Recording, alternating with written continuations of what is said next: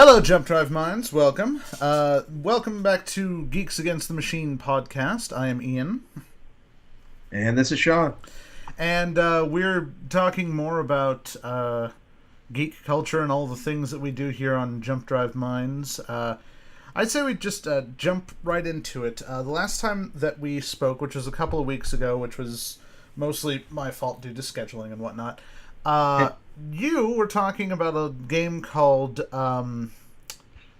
Batman Arkham Asylum, I think, where you shoot webs and fly around New York. Yeah, no, I was talking about Spider-Man. Ah, yes, Spider-Man. Is it literally just called Spider-Man? Yeah, well, technically, I think it's Marvel Spider-Man. Right. Because they got to get their brand name out there more these days, apparently. Yeah, no, they're a struggling company. They really need the help. Yeah, they're only, making $1 billion a movie now. Yes. So, that's not good enough. No. So, I actually do not have a PlayStation 4 at the moment. So what has the game been like? Like, is it any good? It is. It's actually pretty fantastic. To be honest, I have been playing it for, I guess 2 weeks now. Because it came out on the 7th. So I've been playing it for off and on for about 2 weeks. It's spectacular. It's amazing. It's all the other Spider-Man adjectives put together.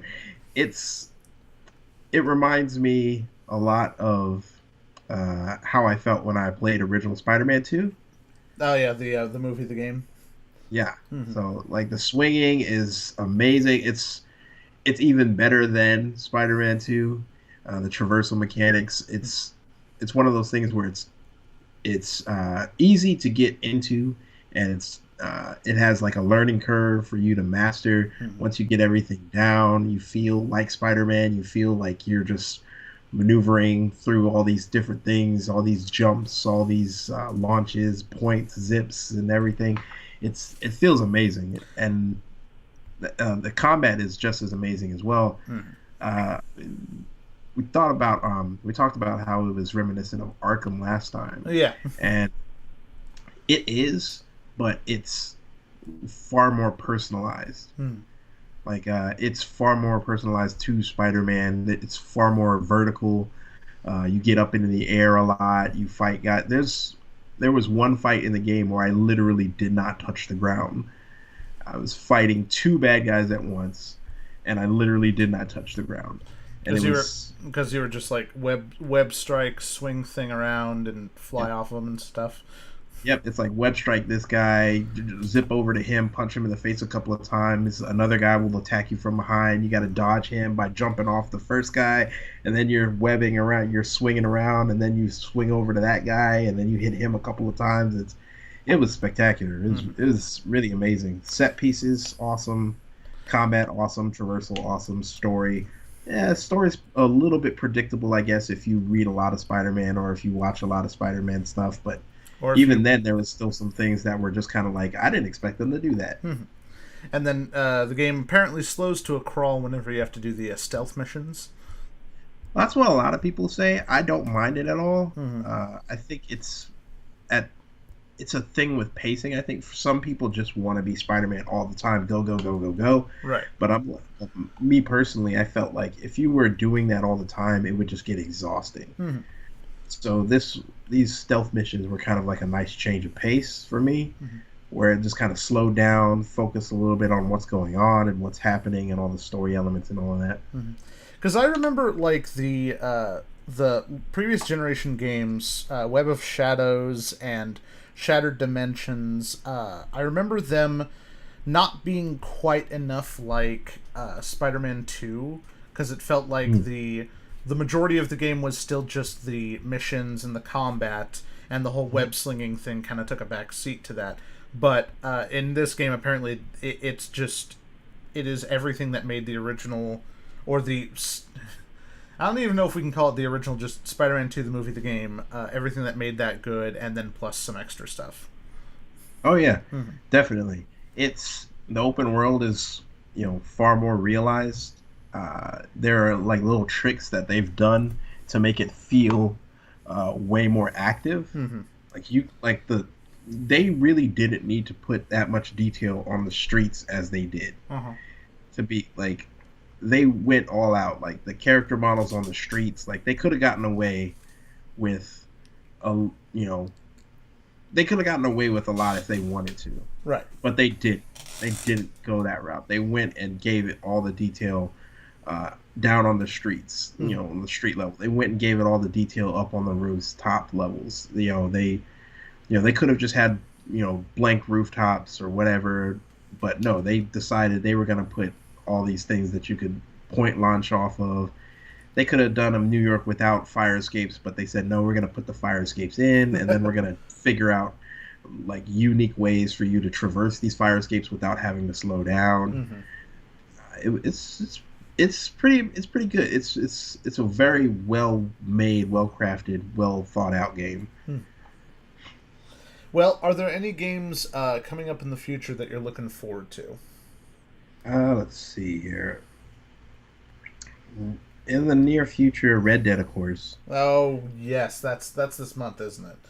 That's next month. I think that's October. October. Okay. But after that, the only other things I'm thinking of, I'm interested in Tomb Raider, but not really. I'm interested in Assassin's Creed, but again, not really. Right. The big issue with Assassin's Creed is that I feel like it hasn't really been good since Black Flag, and right. And Tomb Raider, like, am I the only one who's never really been impressed by any of the Tomb Raider games? Like, even the originals, the first couple of ones, I was just like, these are just kind of subpar action games. Like, the controls were always a little too stiff. It was tank controls. The guns, sort of the same, like, Devil May Cry style guns where they don't actually, like, help at all. It's just like you're constantly shooting at stuff, and it seems like it's doing absolutely no effect on anything. Yeah, I mean, I would say so, especially in comparison to the more recent games. The more recent games have done a little bit better of a job at, making the game feel more like what its, I guess, plotline and story is supposed to be. Right. But I think the biggest problem I've had with Tomb Raider is that it doesn't really have an identity other than in the original game, Lara Croft is hot, and the new games, Lara Croft is dirty all the time. Well, the issue is they've never really given, like, an interesting character for her. Like, she kind of just reacts to stuff. It's sort of like imagine Nathan Drake, but none of the smug, like, wisecracks. None of the charisma. Yeah, but what are you left with then? Like, they've been saying for 3 games, this is the game where Lara Croft becomes the Tomb Raider, and it's like, the original character didn't have much of a personality, the new character also doesn't have much of a personality, and the gameplay is adequate, so I'm having difficulty getting excited for a game that has never been anything more than, that was okay. Yeah, exactly. It's the mid-level video game, but for some reason they treat it like a AAA title. Well, it's because, there are 2 very specific reasons why this game has made a ton of money over the years. Yeah, and they're right on Lara Croft's chest. Exactly. It's like, honestly, it's it's kind of just so nondescript that I just kind of want to go, yeah, and just not really. It is a pretty meh series. Yeah. That's why I'm interested in seeing what this one's got. If but again, I'm not rushing out to play that one. I guess other than Red Dead, the only other game I'm really, really looking forward to, I guess, would be Kingdom Hearts 3. Oh yes, but that's a game I've been looking forward to since high school. God, it's been like 13 years, hasn't it? Yeah, I mean, I'm trying to think of where I was when I played the last one, Kingdom Hearts 2. It must have been... I guess it's technically not the last one, considering there are like 18 different spin-off titles. But right, but those don't count for some reason. They count if you're a Kingdom Hearts fan, and if you're not a Kingdom Hearts fan, they don't count. Right. But Kingdom Hearts fan would tell you that they do count, and if you tell them that they don't count, then they'll fight you. Right, but at the same time, the big takeaway everyone had from the Hearts 3 trailer was what Pro ZD talked about. It was like, Aqua got Norded. Yes. What? Aqua got Norded. That's not words. That's sounds. You're just making sounds. It is.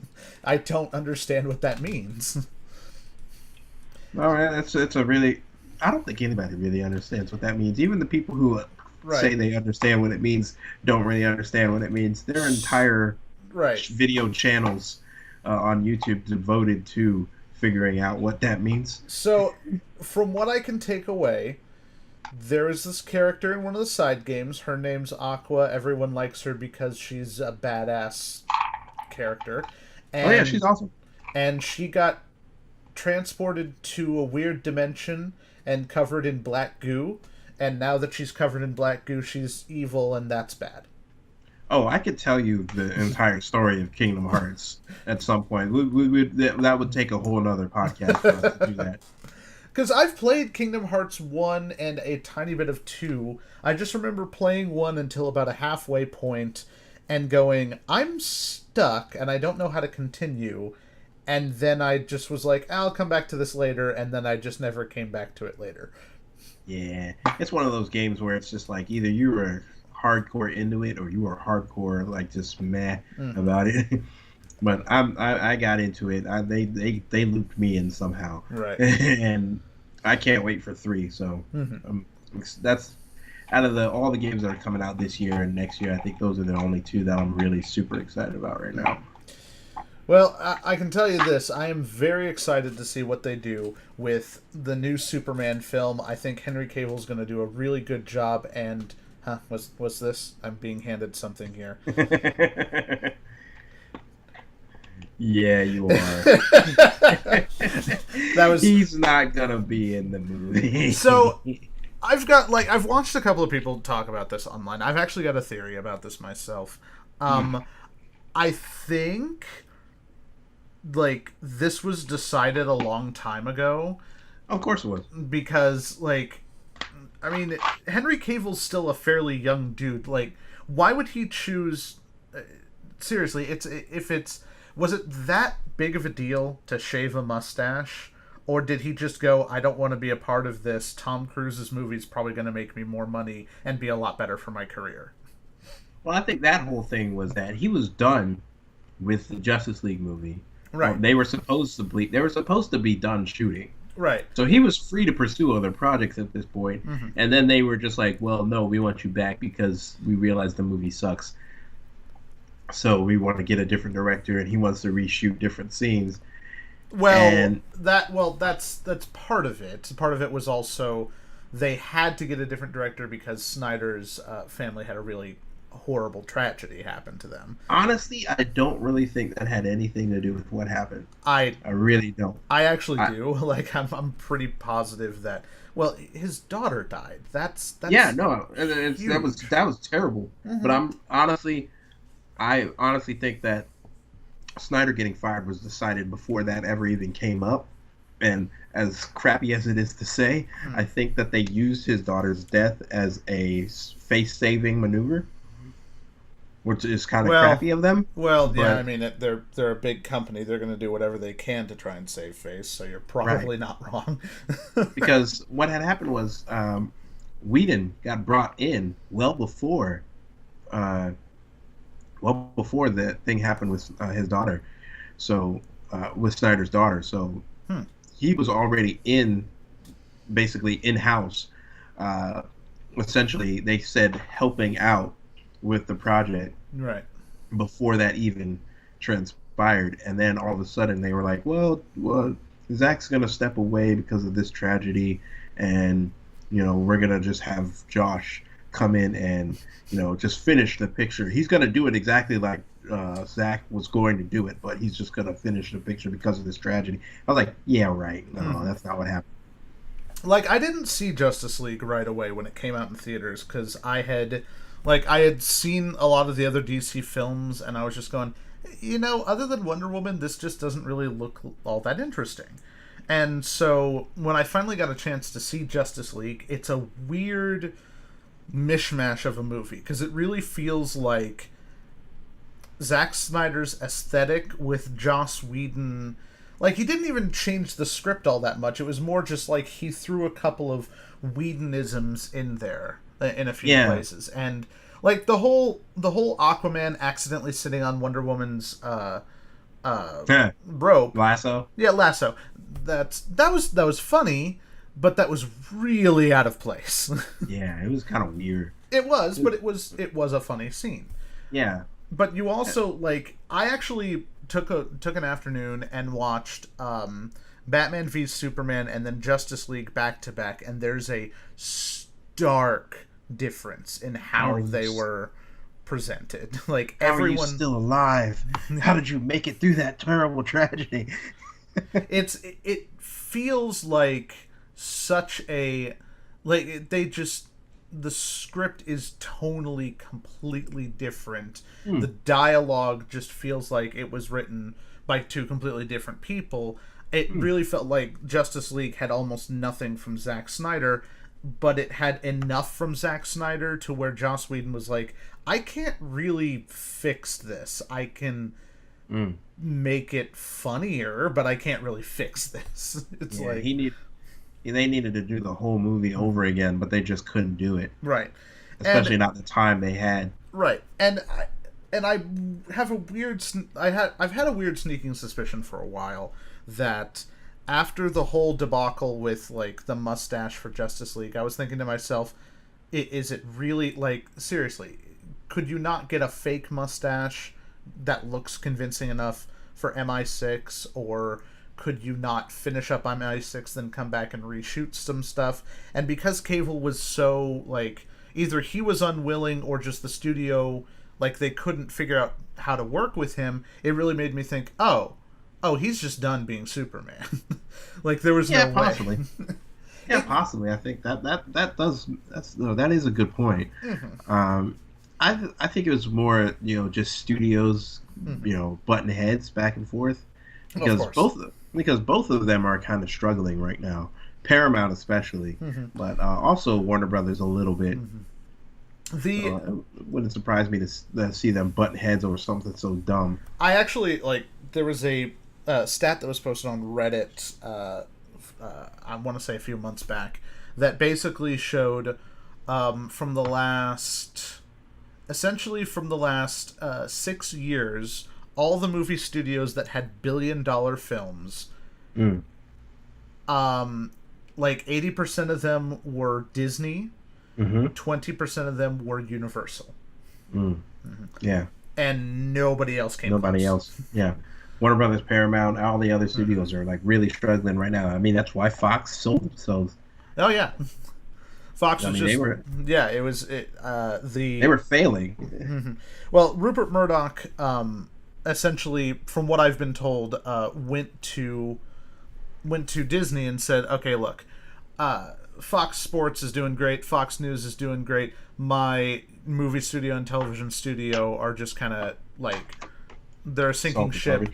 You guys obviously want the X-Men and the Fantastic Four. I'll sell them to you." And then there was that whole Fox and Comcast, Fox, Disney and Comcast, bidding war for a while, and that was weird. I honestly think that, and this is my conspiracy theory about that whole thing, I honestly think that what Rupert Murdoch did was basically he went to Disney, told them he wanted to sell to them, but he also went secretly to Comcast and said, hey, I might be willing to sell to you guys, basically just to get Disney to drive up their price. I mean, I wouldn't be surprised if that was the truth. It's, I don't know, like, why Comcast? Like, what studios are they in charge of? Universal. Okay, okay, fair. Yeah. So they're like the only company that can possibly compete with Disney right now. Yeah, the only other company that has made a $1 billion film over the last 6 years, other than The Mouse. Yeah, which is why their offer was like woefully, just under impressive when you think about it, because it was only like $12 billion more than what Disney was offering, and Disney just countered it took Comcast so long to get that offer together, and then Disney beat it in like a week. Well, there were several back and forth offers. I remember, Comcast was apparently really digging into, I don't know if we can afford this. No, we have to keep trying just to be able to get Disney to increase. And then Disney basically was just like, okay, no, we'll increase it. And then Comcast goes, we'll do it in cash. And Disney goes, okay, we'll do it in cash and stock options. And then Comcast goes, okay, I guess we're done. Yeah, I mean, that's basically how it went. It was like Disney was like 50 something, and then Comcast was like, we want to give you 60 something, and then Disney was just like a week later, okay, we'll give you 70, in stock and cash. But apparently Comcast would have completely, they wouldn't have completely taken themselves under, but they would have had to take out some massive loans to be able to. They would have nearly. There was no way they would have been able to make that money back. Right. They would have nearly bankrupted themselves had they done that. Whereas Disney's just like, yeah, we can do that. We'll make a bunch more Marvel films and we'll make that money back. I mean, because when you think about it, what they're really after is just the properties, because they don't even really want the movies, because they've got parks and those parks sell merchandise, and that merchandise is where it's at. And it's so with all of the ease that Marvel's having with making these films and how Disney's just backing them, Henry Cavill, it really makes me think if he had any faith that they would be able to just pump out some really solid films, he would have signed for a bunch more Superman films, which is why he must have just thought to himself, okay, this is a sinking ship and I need to get out of it. Because even with Justice League being a $400 million film, which, by the way, they probably spent way more than that getting this film made. At least 8. Oh, yeah. At least 800. But it still made, pretty much that amount of money. It made a ton of revenue, but it's just... Yeah, I'm not surprised that Cavill is officially just gone as Superman, because it seems like he's wanted to be gone as Superman for a while. I even heard that Ben Affleck would have been officially, let go at this point if it wasn't for the fact that apparently he's in rehab for alcoholism, which that sucks. That really sucks. Yeah, it does suck. I didn't even know about that. But yeah, he's Ben Affleck is definitely out already. Oh yeah, they're just waiting for a good time to announce it, and they don't want to. And that makes sense now that they wouldn't want to announce it because he's in rehab. That would be kind of crappy. Yeah, that would make them look bad. So I can see why they haven't announced that yet. That was the only thing that was sticking for me. It was why haven't they just said that Ben Affleck's not out? Because he's obviously out. Right. I think it's because he's in rehab and there's probably some legal issues that they have to deal with that, or they're trying to be nice and just being okay, deal with your issues. We'll come back to you later. That sort of thing. Yeah, we'll fire you when you get out of rehab. Because I don't think they can do that while he's there. Well, right. I mean, I don't even think of it to be fire. I think he just personally wants to get out. Oh, of course. Yeah. So anyway, everyone is upset because there's this scary black man. The world is upset because a scary black man decided to kneel at a sports ball game, and that's bad, Sean. And this scary man is bad, and it's so terrifying. Yeah, it's terrifying that he peacefully protested at a sports ball game, and now I'm going to, after spending a lot of money on clothes and shoes. Money's already spent. I'm going to set them on fire and cut off the logo. Yeah, to prove a point. Yes, because I am a level-headed and smart individual. Needless to say that, this company already has your money. Exactly. And doesn't care what you do with the product that was made by the East Asian, sweatshop workers. Exactly. They don't care what you do with it now. No, it's Nike's still like dealing with sweatshop workers and stuff. You want to talk about that? No, I want to talk about the scary black man. Right. He's frightening. He's being so peaceful now. and protesting. It's protesting up in my face now. Yeah. One of the, I that's literally the only word I can say is it's so just the I'm not you know what the sad part about the whole thing is? Part of me understands why they're so upset. It's like there used to be a time when these particular individuals could just avoid these issues by just living their regular lives. They can watch football and not have to worry about it. They can go to the grocery store and not have to worry about it. Go to the shoe store and not have to worry about it. But now it's everywhere, and they can't ignore the problem, and it's always in their face. It's everywhere. It's even on their shoes. And I for part of me is kind of like, oh wow, that's kind of suck for you, but I don't really care. Yeah, it's like it because you especially, it's like, oh, that must suck for you, white man, to have to hear about the problems I must face every day. Right. It's like I get it because it seems like ubiquitous. Football is. I'm gonna go out on a limb and take a guess here. Football is primarily watched nowadays, especially by the more centrist and conservative of America, because I don't think a lot of liberals are watching football. Maybe, but yeah, that's probably fair. And they don't, and it's just like, I don't want to be reminded about all this horrible stuff whenever I watch football, and it's just like, it's like, okay, but you're stupid. I think the growing problem is that as we take more of those, quote unquote safe spaces away from those people, the only safe spaces for them are, more and more, alt-right leaning, racist, race baiting, hate, filled places. Those are the only places where they can actually get away from all this kind of talk. And there was, and it's like now you're lumped in. Now you're in for a penny, in for a pound with the Klan. It's just because you were trying to get away from the scary black man talking about stuff that you didn't want to hear during the football game. I mean, this is actually happening quite a bit online. There's have you ever heard of the game Roblox? No. So it's effectively like a kid's game, sort of like Minecraft, and I want to say Call of Duty or something. I've never actually played it myself, but it's essentially a kid's game where you can go online and it's a Minecraft clone and you can build stuff. And the thing is that the community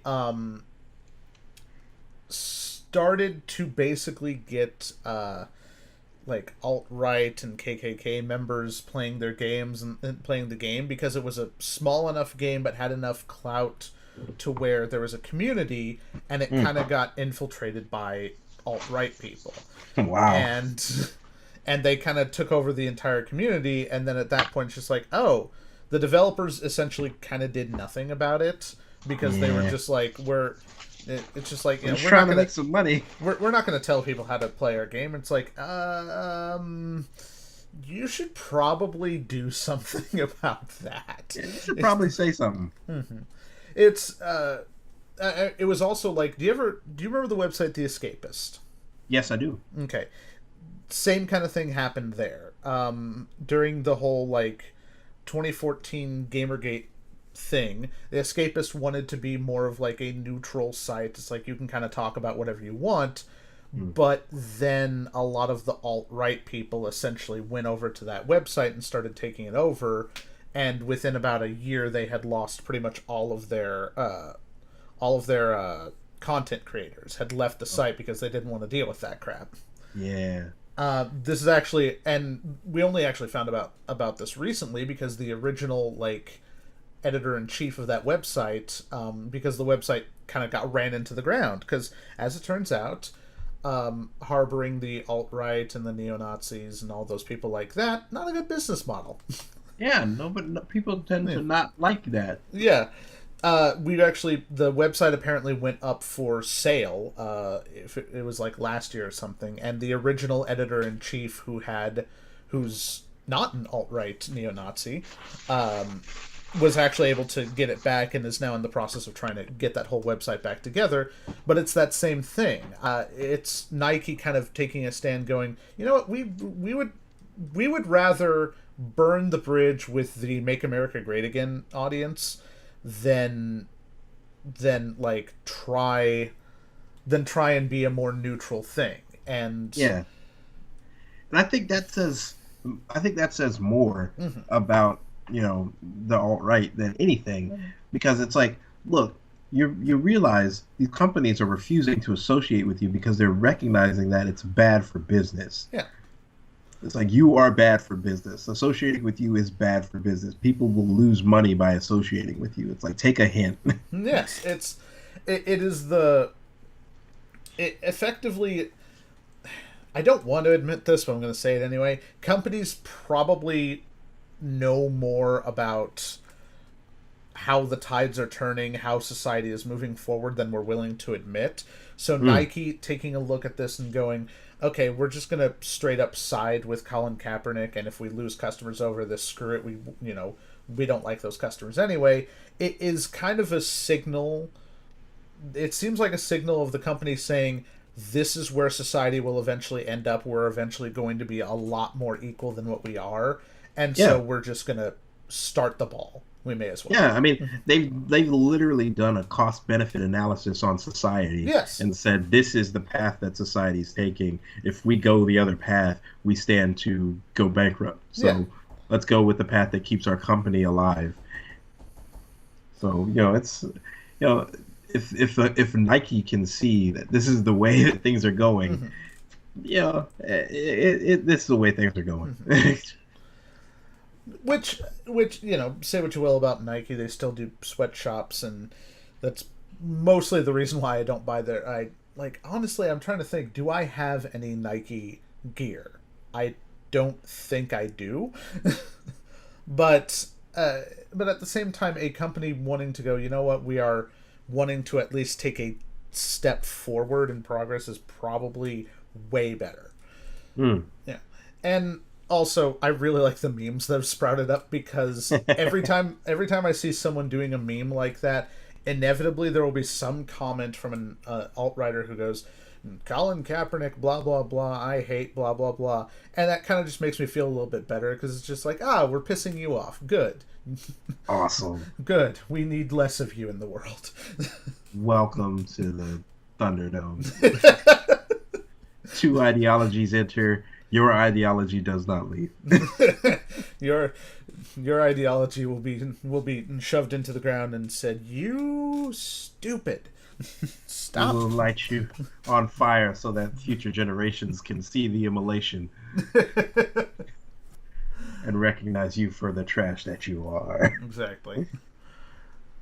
So streaming services. Oh wow. Oh goodness! Why does everybody want to do one? Do you today? Literally today, there's another one that just went live today. DC Universe went live today, apparently. Yeah, I've heard about that. God, all these people are like completely missing the point. Exactly. It's almost the exact opposite of the whole Nike thing. Nike sees, okay, we're seeing the change. We're seeing the direction that society is going, so we're going to try and reflect that, whereas the entertainment industry seems to just kind of constantly be, this thing was popular, so if we do that same thing, we will be popular too. And it's like, the only reason that thing was popular was because it was a one-stop shop. If you take,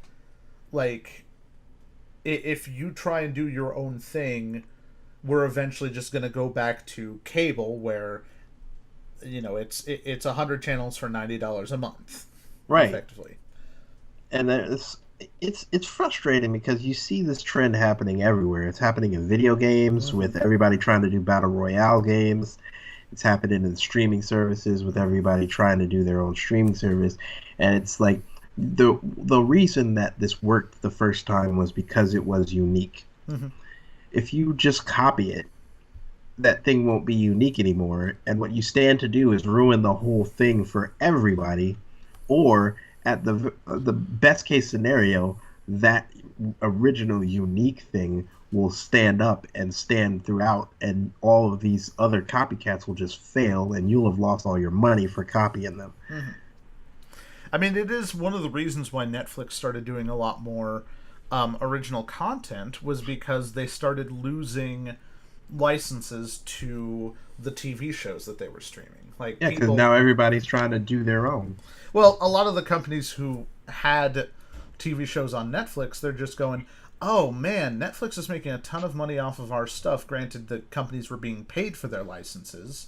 Right. And so then they hiked up all their rates. Netflix says we can't pay that. And then the company goes, great, now we're going to do our own streaming service. Like, does anyone out there actually subscribe to CBS All Access? Oh my God, I don't think anyone does. No, and that's... A whole new Star Trek show can't even keep that thing afloat. And I've actually heard a lot of good reviews of the Star Trek show. Notice I said I've heard, because I haven't watched it. I don't have CBS All Access. I'm not gonna spend $8 a month to watch one show. I haven't seen a single episode, and I've heard nothing but great things about that show. Yeah. And I have no interest in watching it because I don't want to go buy another streaming service. I already have two. Mm-hmm. It's like there's even streaming services that are now combining other streaming services. Like I think Verve, is that the one? Yeah, I was just about to say Verve. It has like Funimation and oh God, what's the other one they have? I think they have like Cartoon Network and Funimation and they've got Crunchyroll. I think Crunchyroll. Yeah, and so essentially what we're getting to now is we're just, it's going right back to where cable was. Instead of you paying for $90 to get one big package, you're going to be paying $9 for 10 different packages just to be able to watch whatever shows you want. And I understand, like, if we're going to live in a capitalist society, which it seems like that's not going to go away anytime soon, if we're going to do that, yes, companies need to be competitive. And so, yeah, there's Netflix, and then there's Hulu, which has all of the current shows, and then Amazon Prime's doing their best. They're, like, I understand competition, but then when there's, like, 100 different things, and if you are like, I want to watch that 70s show, you can go to Netflix. I want to watch Doctor Who, you go to Amazon Prime. I want to watch an anime, you go to Crunchyroll. I want to watch the new Star Trek, you go to CBS All Access. It's just, they're going to create the same problem that we were trying to get away from in the first place by creating this thing. Right. I'm wondering if this is deliberate.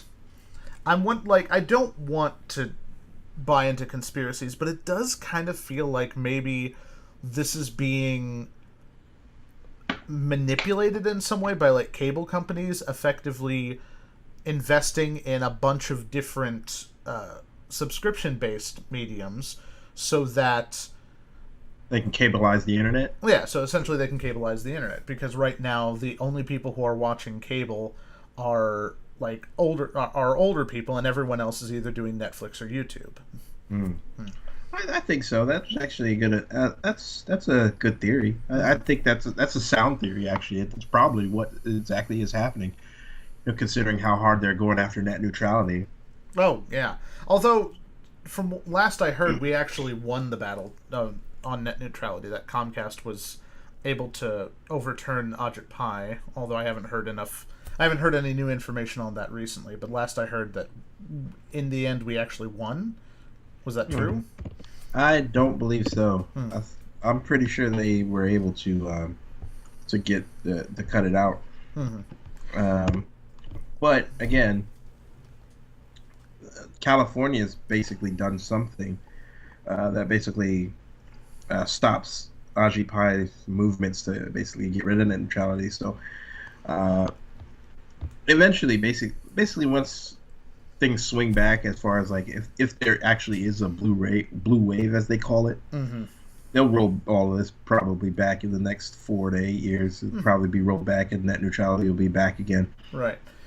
Because, like, you can... There's the one thing I'm wondering is, what are they going to do about stuff like YouTube? Because YouTube, a lot of younger generation, especially, are essentially sticking to just Netflix and YouTube, and a lot of them aren't even doing Netflix.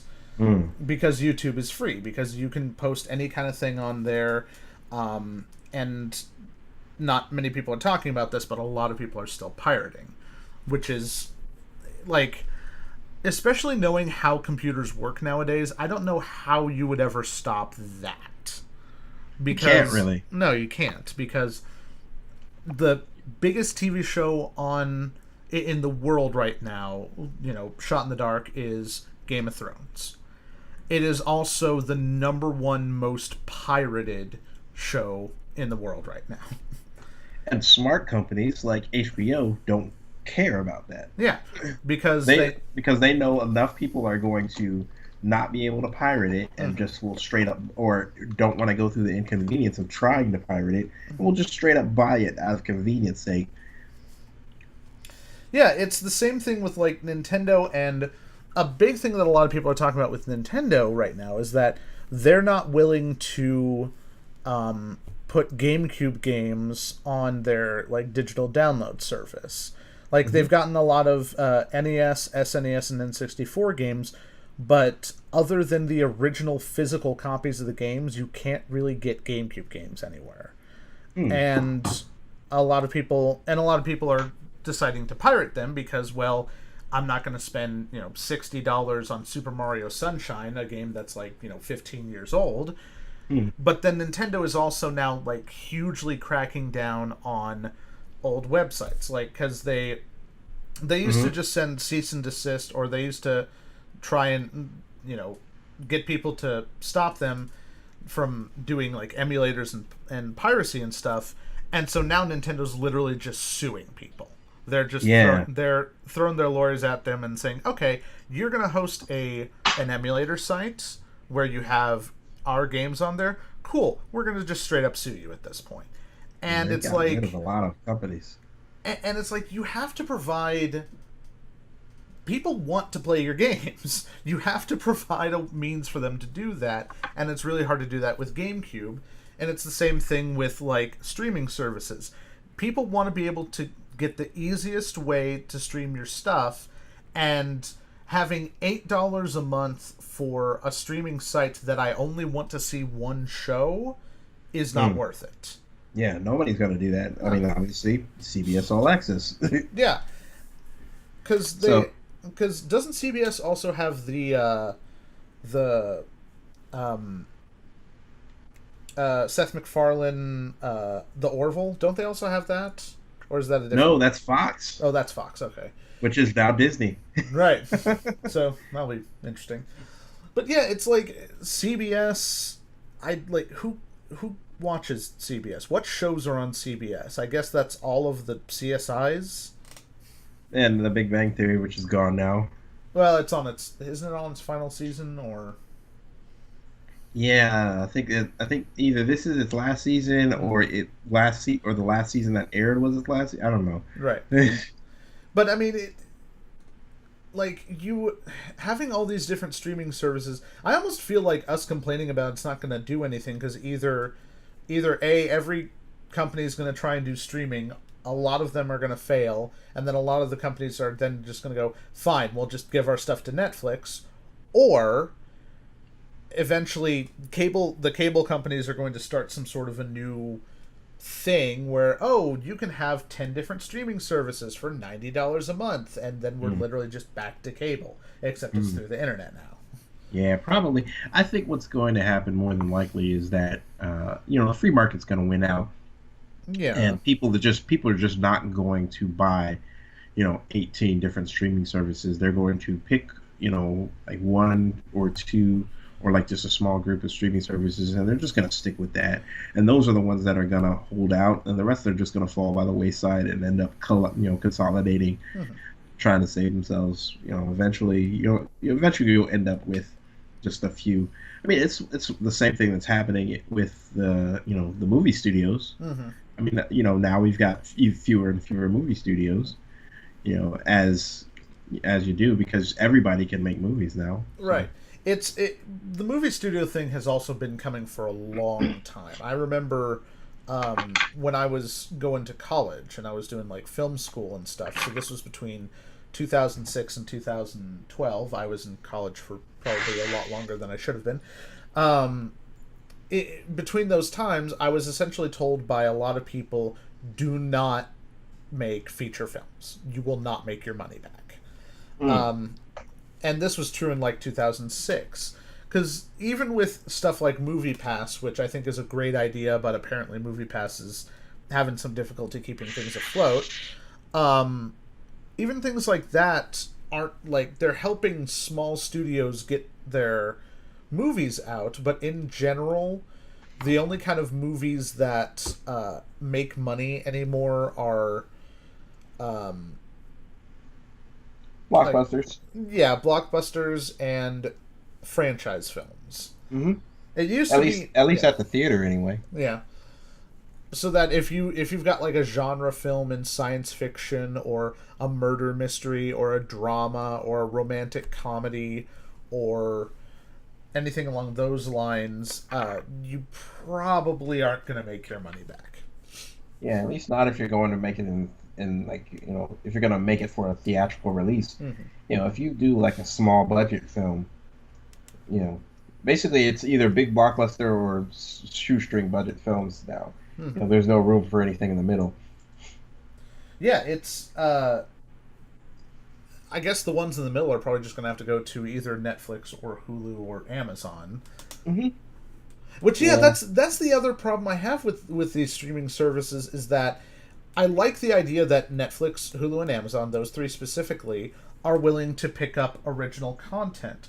But all these other streaming services are basically just going to be showcasing the content they already have. Mm-hmm. Like, is Disney's streaming service, are they going to feature, like, indie films and stuff? Like, Well, I think they're gonna basically take all of their content, which includes all the Marvel films, off of wherever they are and put them on Disney. Seriously, if... Which is why I think Disney is probably going to make it through whatever this streaming services war is going on. Well, there's actually some insider information I've heard was that Disney originally tried to buy Netflix. Mm-hmm. Yeah, they did. And that didn't work, so Disney's just like, fine, we're going to pull our stuff, and then we're going to make our own streaming service, and then either A, once Netflix has lost a lot of money, they were going to buy them anyway, or B, they're just going to let Netflix collapse, and then just be like, haha, we win, and take all of Netflix's stuff. I mean, it wouldn't surprise me. I mean, technically, they own Hulu now, so... Wait, Disney bought Hulu? Mm-hmm. When they bought Fox, Fox had like a controlling interest in Hulu. Oh, that's... Okay. Yeah. Okay. Yeah. Okay. Well, September 15th, 2018, we're calling it now. Netflix is probably going to die in the next few years. I don't know if Netflix is going to die. I think Netflix will hang in there. I think Hulu's going to definitely hang in there because now Disney's probably just going to take over Hulu mm-hmm. and use Hulu as their platform if they, and then use, and then they'll have like their other platform for their more kid-friendly stuff. Mm-hmm. And I think those three, whatever Disney's going to call their streaming service, Hulu and Netflix will probably hold on. Everything else is probably just going to fall by the wayside. I'm pretty certain of that. Well, I mean, I to be honest, I hope you're right because I hate the fact that all these companies are trying to do streaming services, but I also, despite the fact that I do really like the MCU and I do like some of the stuff that Disney's done over the last decade, I don't like the idea of their streaming service because I fear that all it's going to do is it's going to just kill... It's either going to kill or completely hinder Netflix in the process. And I think Netflix in general is probably the best out of all of these right now. Besides, like, what's going to happen to like Jessica Jones or Luke Cage or Daredevil or Iron Fist, like what's going to happen to those series? Are they going to leave Netflix too?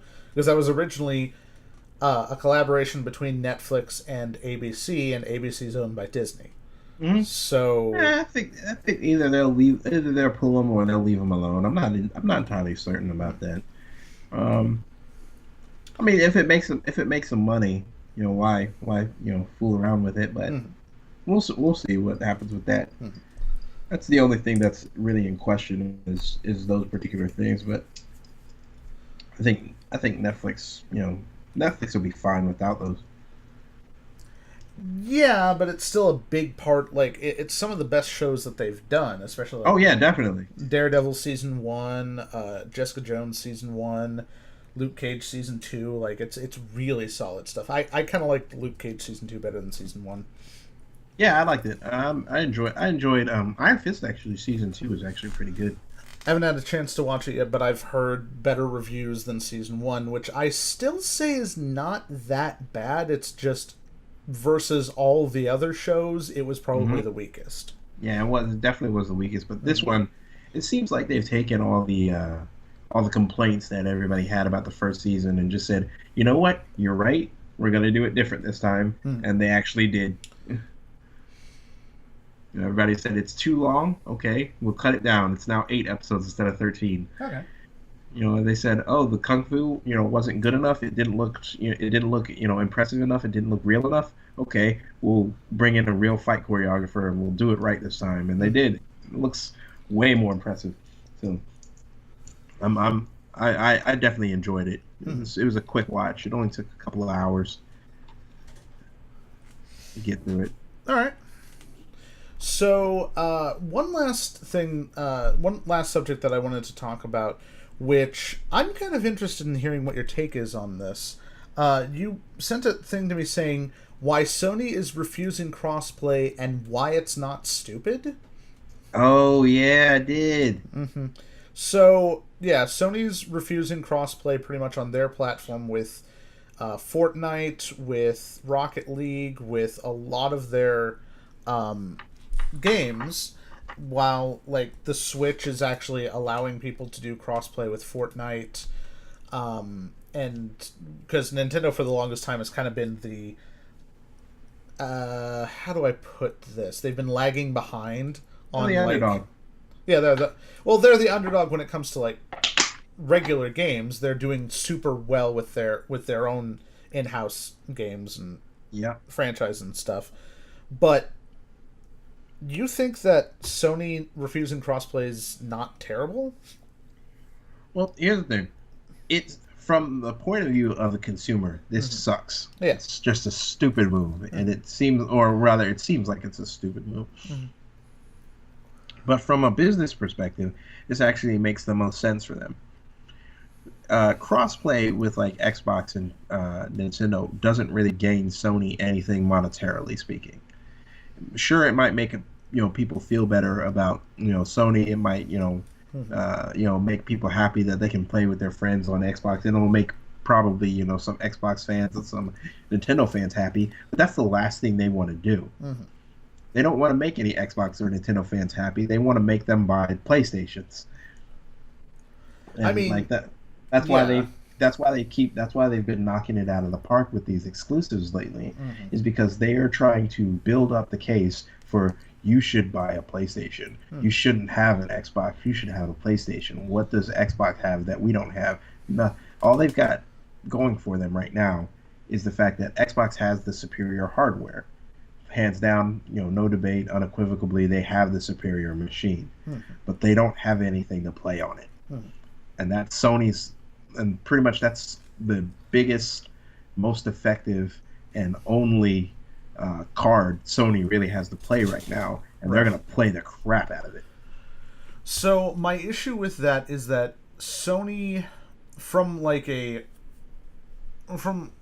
essentially a business standpoint, I'm not entirely sure this is a smart idea, because ultimately Sony's thing has, like, each system has its own thing. Mobile gaming is just easy to get into because you can literally pull out your phone, swipe right, press a thing and you're playing a game within seconds. Like, it is now the pick up and go kind of game thing. The PC is just sort of for people who are willing to put the effort into making one, you're going to have the biggest array of games, and you're going to be able to essentially have instant access to most of the good new games, and then instant access to the biggest back catalog. But, of course, you have to put in the effort to actually build a machine. Nintendo's got sort of the whole kid-friendly, child-at-heart stuff. They've got the old IPs and all the fun stuff that you could play. Essentially, Nintendo's essentially the step up from mobile gaming. You go to Nintendo if you want to, play their styles of games. Whereas Xbox and PlayStation have always sort of been this middle ground of we're not quite as we're not the upper tier. We're not the upper tier of PC, but we're also not the ease of access with like Nintendo and mobile stuff. We're sort of the middle ground. The idea was that, especially early on in the what are we, 8th generation of consoles? Oh goodness, I don't even know. I have to look that up. I think it's the 8th generation, because Generation 7 was PlayStation 3 and Xbox 360. PlayStation has always tried to strive to be as close to PC gaming as possible, while Xbox was more of just sort of a everyman system. It's just like, if you want to be able to access games, but you also want to be able to play movies, access Netflix and YouTube, that sort of thing, you get an Xbox. It's more of just sort of like anyone can just pick up an Xbox and be able to use it, but if you're getting a PlayStation, you're probably closer to the PC gamer mindset rather than the Nintendo and mobile gamer mindset. The issue is that I feel like Xbox, though they boast the biggest hardware now, in general just sort of tends to be the everyman console, but that trying to stick with exclusivity is kind of really negative for a consumer, for like a consumer base. Like, for me as a person, because I've got a PC and because I've got a Nintendo console, my reasoning for wanting to buy a console, a regular console for like an Xbox or a PlayStation, is I want to be able to play games with my friends, because I've already got a PC which can play all of the best games that they can. All I have to do is upgrade it, and the Nintendo console has the fun, like, child at heart games. The only other reason to have a console for me would be to play with friends, and despite the fact that a lot of my friends have PlayStations, a lot of, like, more of them have access to Xbox consoles, and it seems to be that's sort of the general case. I feel like maybe this is kind of an extreme opinion, but it feels like trying to settle into, like, our games are our own thing, like trying to sort of be exclusive and not want to be inclusive with other games, when even Nintendo is trying to allow people to crossplay with Fortnite and Rocket League. It feels kind of xenophobic of PlayStation to sort of be like, our system is our own thing and you can only play with other systems. Like, Apple did that with their computers for a while, and I feel like they're kind of losing people by trying to just be, you can only, like, do stuff with Apple. And I worry that are they though? Well, they're not really losing if you really think about it. I mean, everybody's got an Apple iPhone. I've got an Android.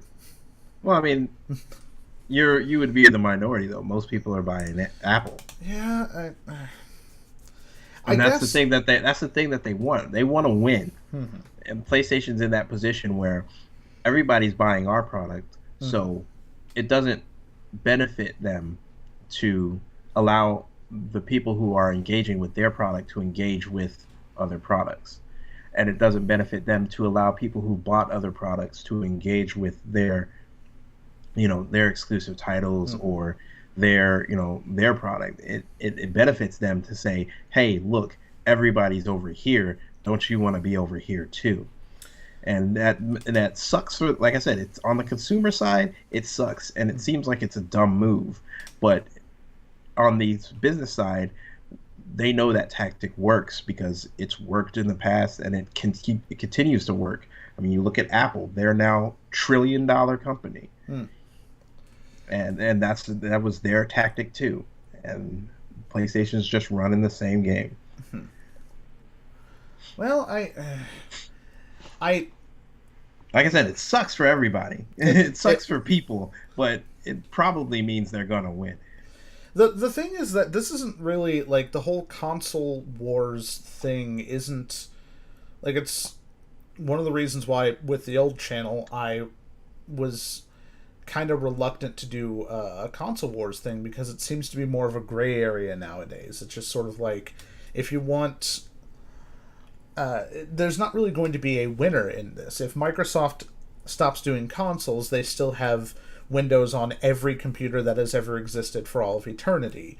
If Nintendo stops making consoles, they're going to keep making games. They're just going to make games for the best, for whoever is willing to, buy them out.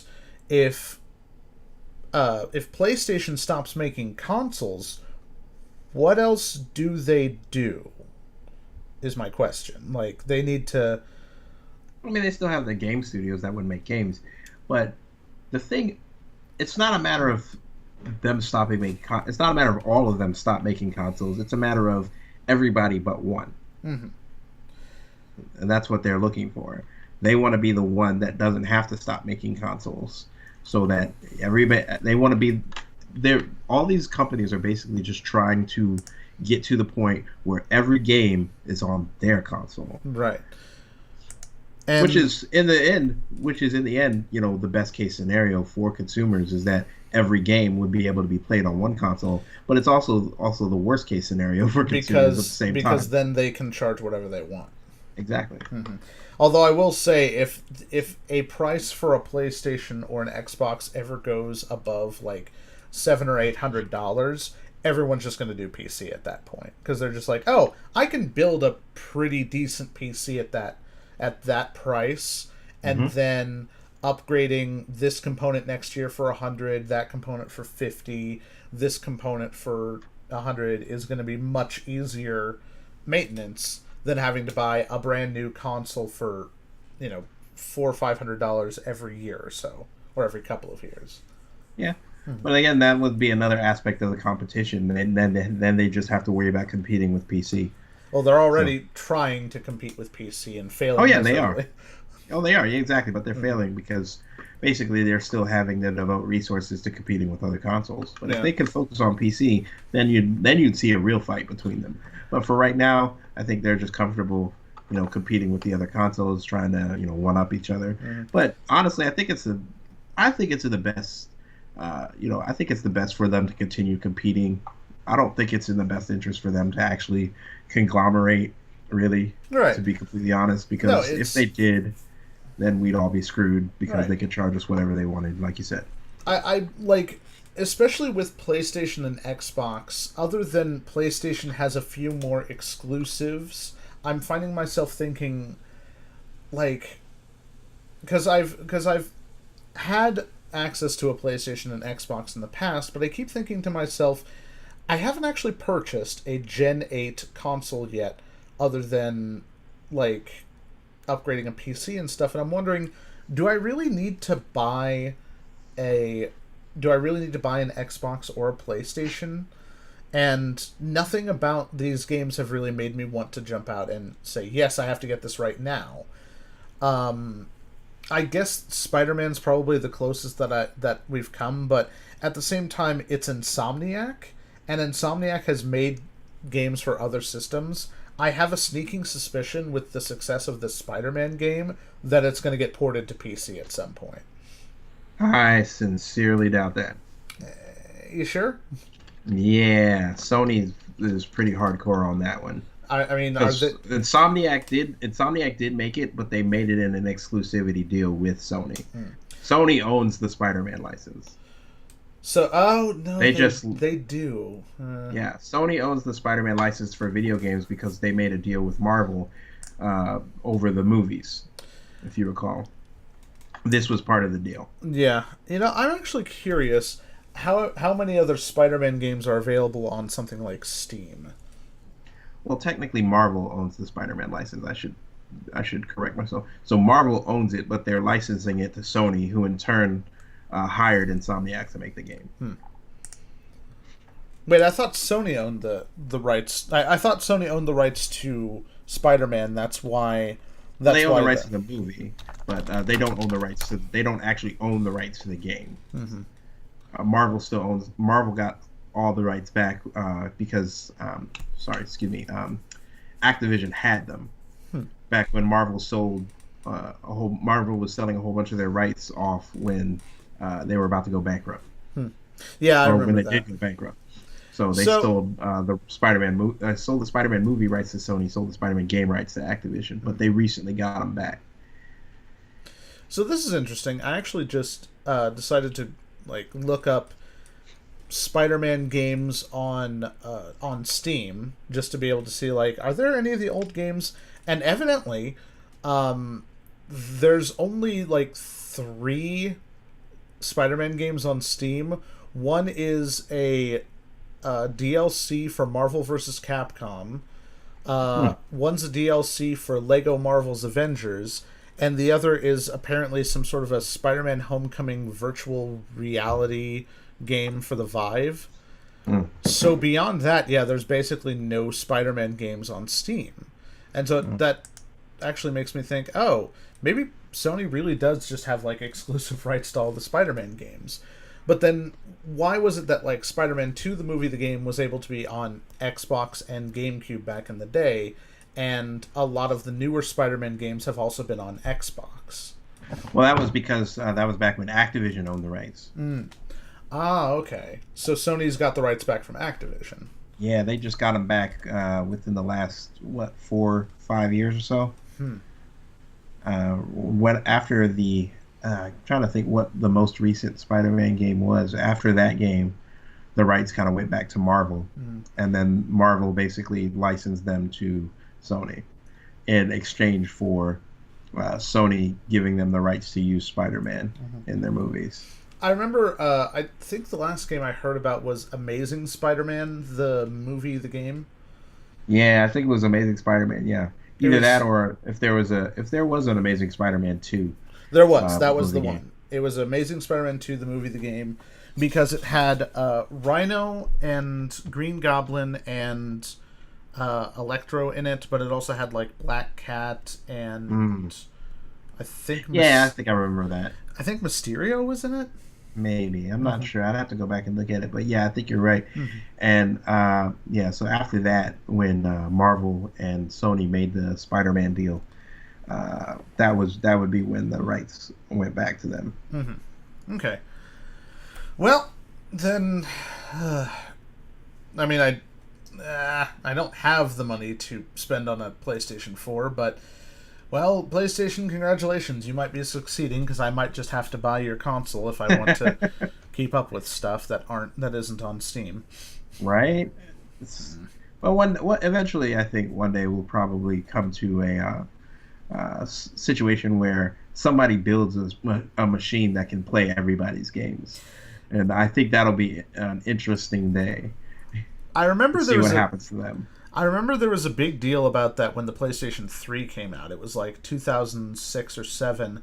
Someone actually posted all of the components of a PlayStation 3 online. It's just this is how you could build a machine on your own, and Sony sued that person.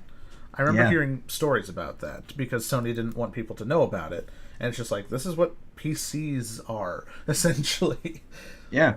Somebody's going to eventually figure it out. And the closer and closer that Sony gets to PCs, somebody's eventually just going to figure out how to make, a device that can play Sony games, that can play Microsoft games. And they're probably what's going to happen is either they're going to get driven out of business by Sony and Microsoft, or they're going to drive Sony and Microsoft into just making games for them. Right. It's probably not going to be the second one because Sony and Microsoft are huge. But right now, I don't think it would be difficult enough to create a PC that could essentially do that, because it's all just about software. You need to be able to find a piece of software that allows you to read PS4 Blu-rays, and you need a piece of software that allows you to read Xbox One, whatever their discs are put on. I think it's also Blu-rays, but yeah, you just need a piece of software that can read both of those. You put them into your PC. Xbox and PlayStation controllers are already, like, you can use them with your computer. Yeah, they're already compatible, yeah. Yeah, you can already just, and especially with Xbox, their Xbox One controllers with Windows 10, they already just automatically work, and a lot of the games that come out on Xbox also come out on Windows 10, so you can already have that work for you.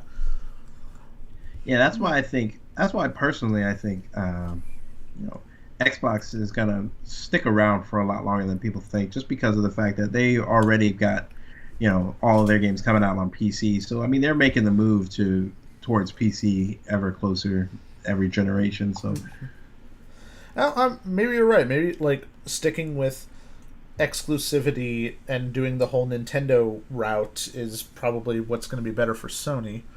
Although, Sony doesn't have, like, name an original IP made by Sony. Thing. Uncharted. Yeah, they've got Uncharted. They've got. I'm trying to think. Crash Bandicoot. They've got. Let's see. Sackboy. God of War. Yeah. So they've got a few, but then name all of the 8 zillion original IPs made by Nintendo. Yeah, exactly. Yeah. Nintendo has the IP system, iconic characters down. But, but Sony's getting there. Xbox is getting there. They're just taking them. Like, Sony's got Horizon Zero Dawn's character, Aloy. She's pretty iconic. A lot of people seem to like her. A lot of people seem to, connect with that particular character. Again, not on the level of Nintendo, but right. Like I said, it's, they're getting there step by step. They're taking their time, but they'll get there one day, probably. Yep. All right. Well, I think we can probably wrap this up at this point. Alrighty. So, for those of you who've been listening, thank you for listening to Geeks Against the Machine here on Jump Drive Minds. I think I'm going to be able to get the Patreon up and running this week. So, it is, if you want to help us out, make more videos and stuff like this, you can go to patreon.com/jumpdriveminds. And I am Ian. I'm Sean. And thank you for listening. We will see you next time, talking more about important things, the most important things on the internets. Yes. And we want to wish a special good night to the city of Peoria, Illinois. Why Peoria, Illinois? I'm just going to name a different specific city every time we do this. Last time it was Cleveland, now it's Peoria. Peoria, you have a wonderful evening. Good night, everybody!